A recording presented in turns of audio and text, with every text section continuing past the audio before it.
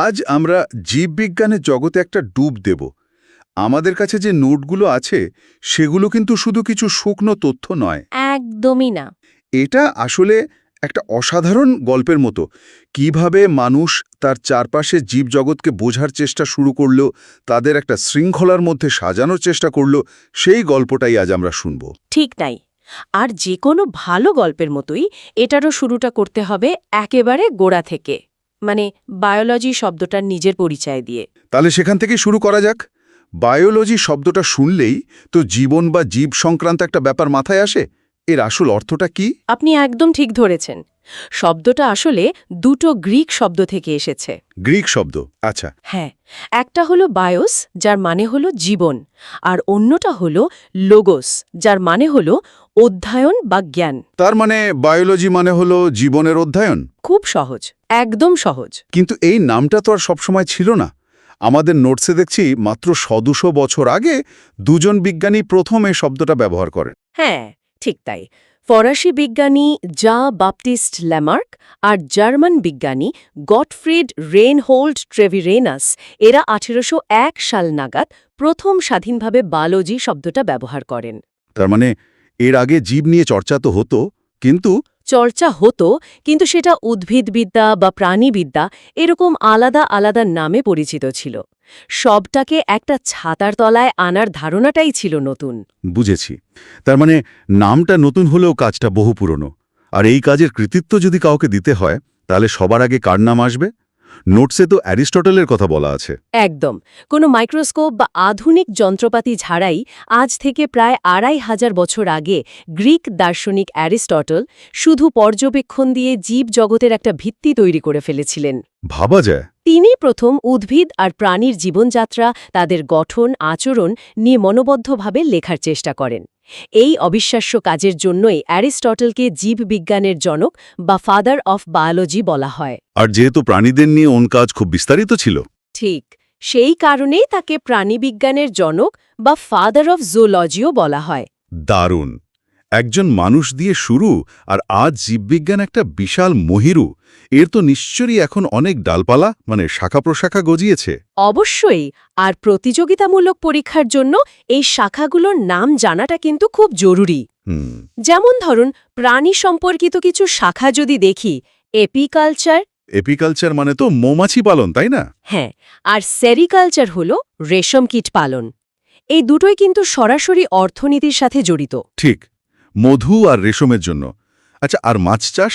মাছ চাষ হলো পিসিকালচার। আর পাখি নিয়ে পড়াশোনা? পাখি নিয়ে গবেষণাকে বলা হয় অর্নিথোলজি। আর মাছ নিয়ে যে গভীর অধ্যয়ন, মানে তাদের প্রজাতি, গঠন এসব নিয়ে, সেটা হলো ইকথায়োলজি। ও আচ্ছা, পিসিকালচার আর ইকথাওলজির মধ্যে একটা পার্থক্য আছে। একটা প্রায়োগিক, অন্যটা তাত্ত্বিক। একদম ঠিক। একইভাবে কীটপতঙ্গ নিয়ে পড়াশোনা হলো এন্টোমোলজি। আর সরীসৃপদের জগতেও ভাগ আছে। তাই নাকি? কিরকম? যেমন ধরুন, সাপ নিয়ে গবেষণাকে বলে ওফিওলজি, আর টিকটিকি বা গিরগিটি নিয়ে অধ্যয়ন হল সরোলজি। বাপরে, কত সূক্ষ্ম ভাগ! প্রাণীদের জগৎ তা তো বুঝলাম। এবার একটু উদ্ভিদের জগতের দিকে যাওয়া যাক। উদ্ভিদের জগতও একই রকম আকর্ষণীয়। ফল আর ফল চাষ নিয়ে গবেষণা হল পোমোলজি। পোমোলজি, আচ্ছা। আবার গাছ আর ঝোপঝাড় নিয়ে সার্বিক পড়াশোনাকে বলে ডেন্ড্রোলজি। কিন্তু যদি বিশেষভাবে বন আর বনজ সম্পদ সংরক্ষণ নিয়ে কথা বলা হয়, তখন সেই শাখার নাম হয়ে যায় সিলভিকালচার। তার মানে ফরেস্ট্রি বা বনবিদ্যা ধরনের। হ্যাঁ, অনেকটা সেরকম। আর আমরা যে শখ করে বাগান করি, সেই বিদ্যাকে কি বলে? ওটা তো হর্টিকালচার। হ্যাঁ, উদ্যান পালন বিদ্যাকে হর্টিকালচার বলে। এর ভেতরেও আবার ভাগ আছে। যেমন শুধু ফুলের চাষ নিয়ে কাজ করলে সেটা ফ্লোরিকালচার। আর সাধারণভাবে ফুল নিয়ে গবেষণা করলে? তাকে বলে অ্যান্থোলজি। এই তালিকাটা তো বিশাল। এর মধ্যে সবচেয়ে অদ্ভুত বা অবাক করার মতো কোনো শাখা আছে কি?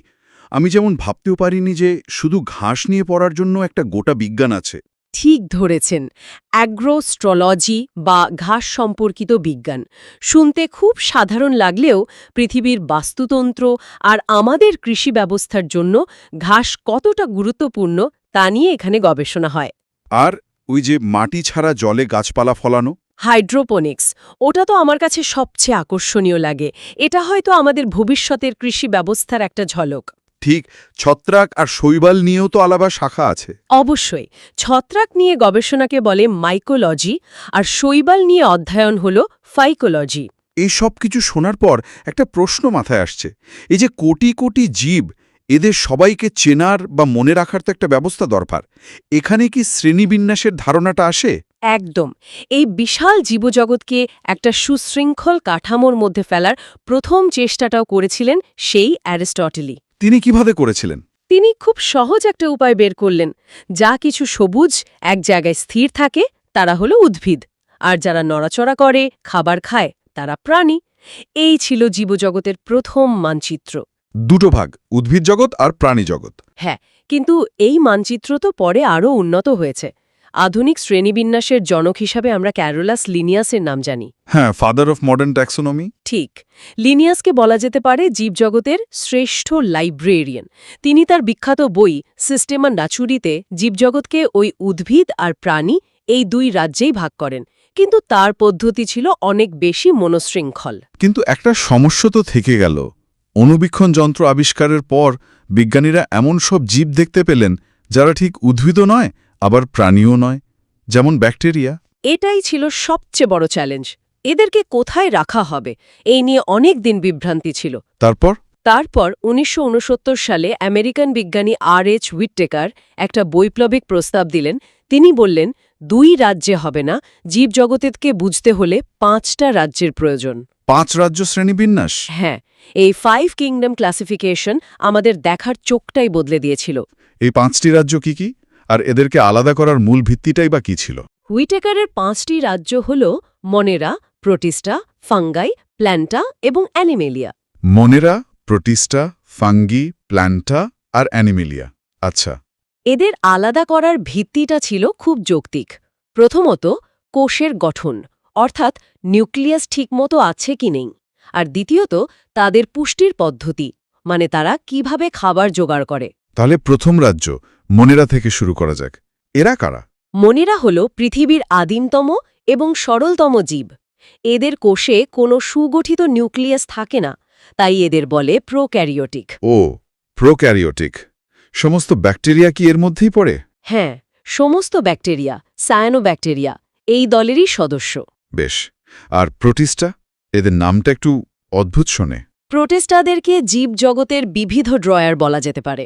বিজ্ঞানীরা যখন কোনো এককোষী জীবকে দেখলেন যা ব্যাকটেরিয়ার মতো সরল নয়, আবার পুরোপুরি উদ্ভিদ, প্রাণী বা ছত্রাকও নয়, তখন তাকে এই দলে ফেলে দিলেন। একটা উদাহরণ দিলে ভালো হয়। যেমন ধরুন, পুকুরের জলে যে অ্যামিবা বা ইউগ্লেনার মতো জীব দেখি, এরাই হল প্রোটিস্টা। এদের কোষে নিউক্লিয়াস আছে, কিন্তু এরা মূলত এককোষী। আচ্ছা, মানে এরা ইউক্যারিওটিক কিন্তু এককোষী। ঠিক। তাহলে বাকি 3টি রাজ্য, প্ল্যান্টা, ফাঙ্গাই আর অ্যানিমালিয়া, এরা সবাই বহুকোষী এবং ইউক্যারিওটিক। একদম তাই। এদের আলাদা করা হয় খাবার তৈরির পদ্ধতির ওপর ভিত্তি করে।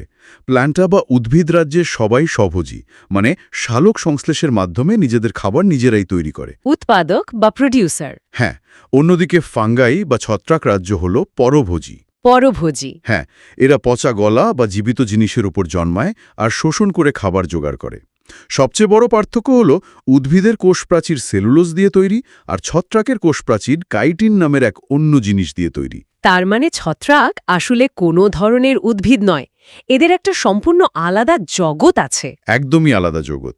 আর অ্যানিমালিয়া বা প্রাণীরাজ্যের সদস্যরাও পরভোজী, কিন্তু এরা খাবার শোষণ করে না, খাদ্য গ্রহণ বা গলাধঃকরণ করে, মানে এরা হলো খাদক বা কনজিউমার। আমরা, মানে মানুষ থেকে শুরু করে কেঁচো, পাখি, মাছ, সবাই এই রাজ্যেরই সদস্য। হুইটেকারের এই শ্রেণীবিন্যাস জীব বৈচিত্র্যকে বোঝার একটা অসাধারণ কাঠামো তৈরি করে দিয়েছে। এই কাঠামোটা তো বোঝা গেল, কিন্তু আরেকটা সমস্যা আছে। আমাদের দেশে যাকে আম বলে, অন্য দেশে তো তার অন্য নাম। বিজ্ঞানীরা কিভাবে নিশ্চিত হন যে তারা একই ফল নিয়ে কথা বলছেন? এই সমস্যার সমাধানও করেছিলেন সেই ক্যারোলাস লিনিয়াস। শ্রেণীবিন্যাসের পাশাপাশি তার শ্রেষ্ঠ অবদান হল দ্বিপদ নামকরণ বা বাইনোমিয়াল নোমেনক্লেচার পদ্ধতি। ও, ১৭৫৩ সালের সেই বিখ্যাত পদ্ধতি। হ্যাঁ, তিনি বললেন প্রত্যেক জীবের একটা বিশ্বজনীন বৈজ্ঞানিক নাম থাকবে যা ল্যাটিন ভাষায় হবে এবং তার দুটো অংশ থাকবে। এই দুটো অংশ কি মানুষের উদাহরণ দিয়ে বোঝালে খুব সুবিধে হবে। অবশ্যই মানুষের বৈজ্ঞানিক নাম হল হোমো স্যাপিয়েন্স। হোমোসেপিয়েন্স। এখানে প্রথম অংশ হোমো হল আমাদের গণ বা জিনাস, আর দ্বিতীয় অংশ সেপিয়েন্স হল আমাদের প্রজাতি বা স্পিসিস। সহজ কথায় একটা হল বংশের নাম, আরেকটা হল ব্যক্তির নাম। তার মানে আর কোনো বিভ্রান্তের জায়গা থাকে না? একদমই থাকে না। দাঁড়ান, অনেক সময় নামের শেষে আরও একটা শব্দ দেখি, যেমন হোমোসেপিয়েন্স লিন। এই লিনের মানে কি? খুব ভালো প্রশ্ন। এই শেষ অংশটা হল সেই বিজ্ঞানীর নামের সংক্ষিপ্ত রূপ যিনি প্রথম ওই জীবের নামকরণ করেছিলেন। এক্ষেত্রে লিন মানে হল লিনিয়াস। এটা দেওয়া বাধ্যতামূলক নয়, তবে দিলে নামের ইতিহাসটা পরিষ্কার থাকে। নামগুলো তো বেশ মজার। নোটসে দেখছি ব্যাঙের নাম রানা টিগ্রিনা, বাঘের মতো ডোরা কাটা থাকে বলে কি? হতে পারে। নামগুলো অনেক সময় বেশ মজার গল্প বলে। যেমন সাধারণ মাছির নাম মুস্কা ডোমেস্টিকা। ডোমেস্টিকা মানে গৃহপালিত। মাছি তো আর পোষ্য নয়। ঠিক, কিন্তু আমাদের ঘরবাড়িতেই তার বাস, তাই এই নাম। একইভাবে আমের নাম ম্যাংজিফেরা ইন্ডিকা, যা বোঝায় এটা মূলত ভারত বা এই অঞ্চলের ফল। ধানের নাম ওরাইজা স্যাটিভা বা গমের নাম ট্রিটিকাম অ্যাস্টিভাম। আর আমাদের অতি পরিচিত মটরশুঁটি, ছোলা, সর্ষে। মটরের নাম পিজম স্যাটিভম, ছোলার সিসের অ্যারেটিনাম আর সর্ষের ব্রাসিকা ক্যাম্পেস্ট্রেস। এই নামগুলোর মাধ্যমে বিজ্ঞানীরা কোনো জীবের পরিচয়কে বিশ্বজুড়ে এক সূত্রে বেঁধে দিয়েছেন। শ্রেণীবিন্যাস আর নামকরণ তো জীববিজ্ঞানের কাঠামো তৈরি করল, কিন্তু এর ভেতরে তো কিছু মৌলিক নিয়ম বা সূত্রও কাজ করছে। আমাদের নোটসে তেমনই কিছু যুগান্তকারী তত্ত্ব আর তাদের প্রবক্তাদের নাম আছে। হ্যাঁ, এগুলো হলো জীববিজ্ঞানের স্তম্ভ। এগুলোও পরীক্ষার জন্য খুব জরুরি। যেমন গ্রেগর মেন্ডেলের বংশগতির সূত্র। একদম, যা আমাদের প্রথম বোঝালো কিভাবে বাবা মায়ের বৈশিষ্ট্য সন্তানের মধ্যে যায়। আবার ল্যামার্কের উত্তরাধিকার সূত্রে প্রাপ্ত লক্ষণের সূত্র। আর মিউটেশন তত্ত্ব, ওটা হুগো ডি ভ্রিজের। হ্যাঁ, আর কোষ তত্ত্বের কথা তো বলতেই হবে। শ্লেডেন এবং সোয়ান, তাদের এই তত্ত্বটা খুব সহজ কিন্তু গভীর। সমস্ত জীব কোষ দ্বারা গঠিত। কোষই হল জীবনের মূল একক। আর অবশ্যই চার্লস ডারউইনের প্রাকৃতিক নির্বাচন তত্ত্ব। ওটা তো জীবজগৎকে দেখার দৃষ্টিভঙ্গিটাই পুরোপুরি বদলে দিয়েছে।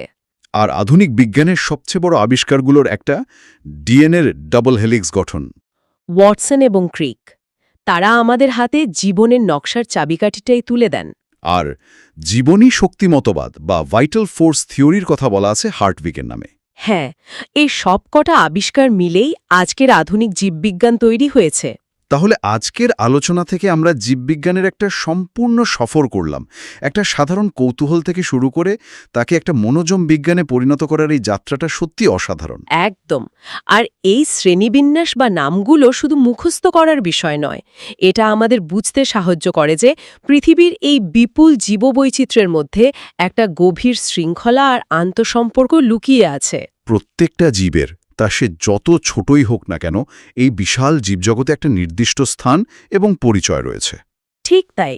আলোচনা শেষ করার আগে শ্রোতাদের জন্য একটা চিন্তার খোরাক রেখে যাওয়া যাক। অবশ্যই।